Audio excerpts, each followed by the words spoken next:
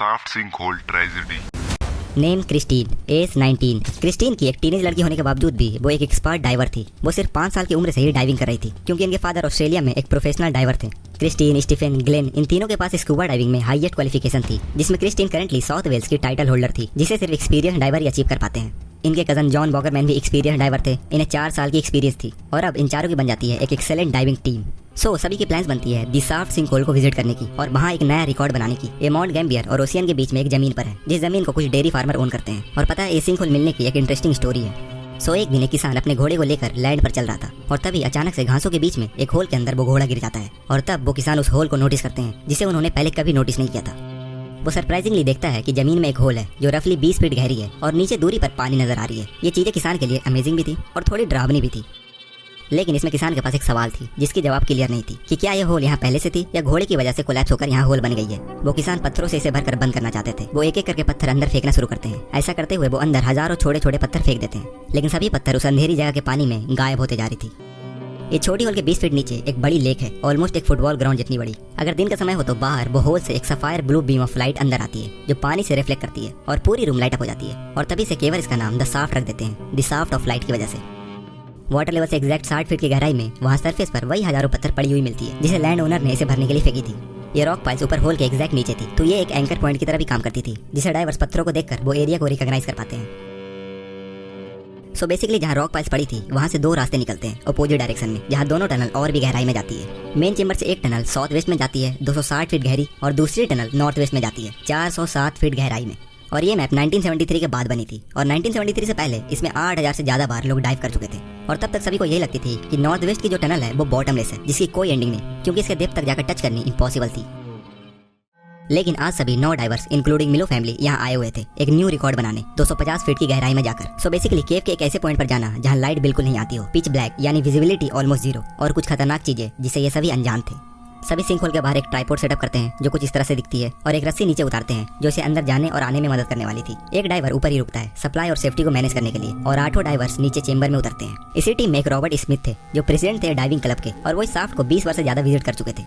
लेकिन वो क्रिस्टीन और मिलो फैमिली के इस रिकॉर्ड बनाने वाले प्लान से अनजान थे। इनकी सिंपली प्लान थी कि सभी सिर्फ 200 फीट की गहराई तक ही जाएंगे, जिससे सभी मेन चेंबर के पास ही रहेंगे और ऊपर होल से वो blue beam of light in सभी को गाइड करेगी। और इसलिए ग्रुप नीचे दूसरी रस्सी भी नहीं लाए थे एक्स्ट्रा गाइडेंस के लिए। असल बात यह है कि ये ग्रुप की कोई ऑफिशियल प्लान्स थी ही नहीं। बिना एक एस्टैब्लिश लीडर के किसी के बीच कोई कोऑर्डिनेशन और कोई प्लान्स थी ही नहीं। और दूसरी, केव डाइविंग उस समय न्यू थी, तो उस समय अथॉरिटी के द्वारा प्रॉपर प्रोटोकॉल्स भी एस्टैब्लिश नहीं थी। तीसरी और सबसे डेंजरस बात यह थी कि किसी को भी प्रॉपर केव के अंदर डाइव करने की एक्सपीरियंस नहीं थी। सभी को एक्सपीरियंस थी सिर्फ ओपन वाटर में डाइव करने की, जहाँ क्लियर ब्राइट वाटर होती है, जिसमें डाइवर्स आराम से खुद को ओरिएंट कर पाते हैं, जबकि केव डाइविंग में सभी चीजें उल्टी होती है।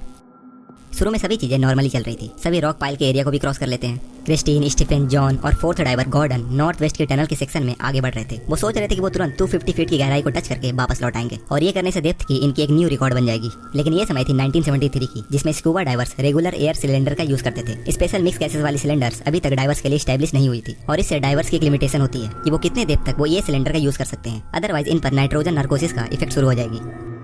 बेसिकली नाइट्रोजन नार्कोसिस इफेक्ट आती है जब डाइवर्स के एयर सिलेंडर में प्रेशर बढ़ जाती है। जिस तरह से वो डाइवर्स डेप्थ में आगे बढ़ते हैं, एयर में जो नाइट्रोजन होती है वो डाइवर्स के ब्लड स्ट्रीम में डिसॉल्व हो जाती है और डाइवर्स नाइट्रोजन नार्कोसिस के इफेक्ट को एक्सपीरियंस करते हैं, जो सिमिलर होती है अल्कोहल इंटॉक्सिकेशन से, जैसे कि चक्कर आना, ड्रंक आदमी जिस तरह से बिहेव करते हैं। और ये कंडीशन और भी कहीं ज्यादा डेंजरस हो जाती है जब डाइवर्स मेनली 200 फीट की गहराई में डाइव कर रहे हो। केव डाइविंग के डायनेमिक्स ओपन स्कूबा डाइविंग से कहीं ज्यादा अलग होती है और इन्हें ये जल्दी एहसास होने वाली थी।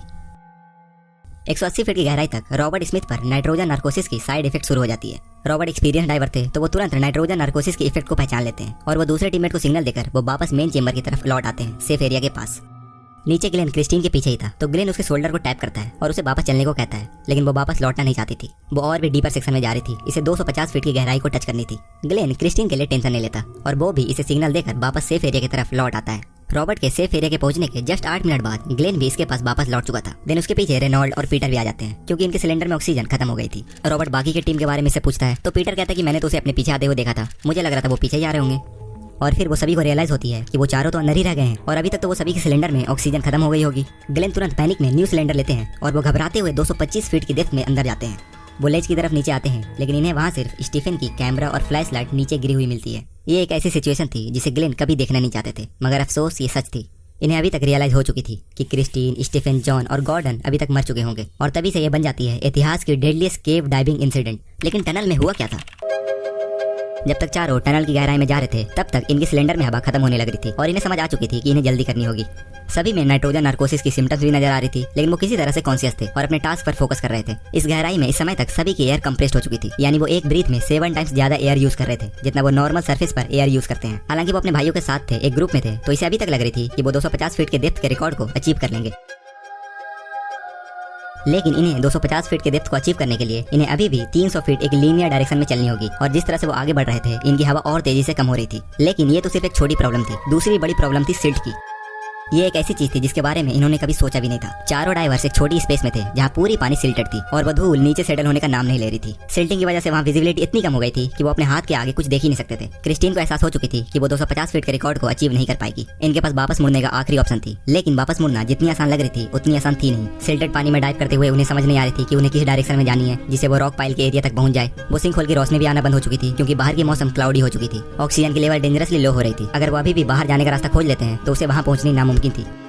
क्रिस्टीन बाहर के खोजने के डिस्परेट अटेम्प्ट में वो सीधा ऊपर सीलिंग की तरफ चली जाती है जिससे वो सिल्टेड वाटर से बच सके। पीछे गॉर्डन भी यही सेम काम करता है, दोनों ऊपर सीलिंग के पास डाइव कर रहे होते हैं। वो पैनिक में फ्लैश लाइट से ऊपर नीचे सभी डायरेक्शन में देख रहे थे जिससे इन्हें सही डायरेक्शन नजर आ जाए। ऊपर सीलिंग से इन्हें चोटी भी लगती है क्योंकि ऊपर की पत्थर बहुत रफ थी। आप इमेजिन करो एक फीलिंग को जब आप सीलिंग और पत्थर की दीवार से चारों तरफ से घिरे हो, वो भी पानी के अंदर, लेकिन बाहर जाने के कोई भी रास्ते नजर नहीं आ रही हो। आप पैनिक हो रहे हो एक कम्प्लीटली अंधेरे जगह पर जहाँ सिर्फ धूल है।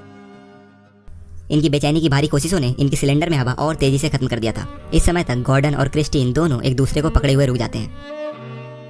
इन्हें रियलाइज हो चुकी थी कि वो अब कुछ नहीं कर सकते। दोनों गुफा के फर्श पर गिर जाते हैं। अब तक जॉन वॉकरमैन भी कम हवा और नाइट्रोजन नार्कोसिस से सफर कर रहे थे और वो भी केव के फर्श पर गिर जाते हैं। इन चारों में से स्टीफन सबसे आगे थे और वो वापस लौटने में काफी हद तक सक्सेसफुल हो गए थे, लेकिन अब इनके सिलेंडर में भी हवा खत्म हो गई थी और अफसोस इतनी मेहनत के बावजूद भी वो बच नहीं पाते।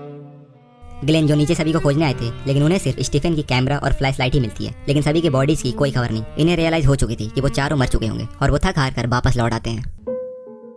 अगले दिन पुलिस आती है बॉडीज की रिकवरी के लिए और वो केव के 200 फीट तक गहराई में जाते हैं जहाँ केव में पानी अभी तक सिल्टेड थी, लेकिन इन्हें किसी की भी बॉडी नहीं मिलती। वो पुलिस यहाँ महीनों तक सभी को खोजते हैं लेकिन किसी की भी कोई खबर नहीं थी।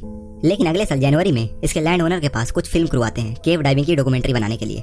लैंड ओनर से परमिशन लेने के बाद वो सभी केव के अंदर घुसते हैं और सभी फिल्म क्रू पानी के 50 फीट की गहराई में जाते हैं और उन्होंने अपने साथ प्रोफेशनल लाइटिंग इक्विपमेंट भी साथ में लाए थे।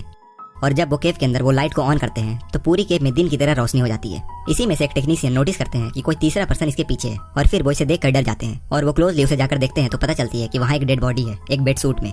वो पर्सन था स्टीफन, क्रिस्टीन का भाई। मार्च 1974। इसके लैंड ओनर के लिए ये बहुत अनकंफर्टेबल थी कि इसके जमीन के नीचे 3 डेड बॉडीज पड़ी है और इसके लिए वो एक डाइविंग टीम से कांटेक्ट करते हैं और उसे केव के अंदर भेजते हैं। डाइविंग टीम को 185 फीट की गहराई में क्रिस्टीन की बॉडी मिलती है टनल के सरफेस पर और उसके जस्ट बगल में गॉर्डन की भी बॉडी मिलती है और फिर उसके 20 फीट नीचे उन्हें चौथे आदमी की बॉडी मिलती है, जॉन वॉकरमैन की, लेज के पास। मिलो फैमिली में ग्लेन मिलो अब अकेला रह गए थे और इनके तीनों सिबलिंग्स मर चुके थे और शायद तभी से ये बन जाती है इतिहास की डेडलीस्ट केव डाइविंग डिजास्टर। लेकिन इस इंसिडेंट से एक चीज अच्छी होती है, ऑस्ट्रेलिया में एक केव डाइवर्स एसोसिएशन बनाई जाती है इस इंडस्ट्री को रेगुलेट करने के लिए और फर्दर डिजास्टर को रोकने के लिए। केव डाइवर्स के लिए प्रॉपर रूल्स रेगुलेशन के साथ साथ एक फ्रेमवर्क तैयार की जाती है जिससे गाइडलाइन में रहकर डाइवर को डाइव करनी होगी।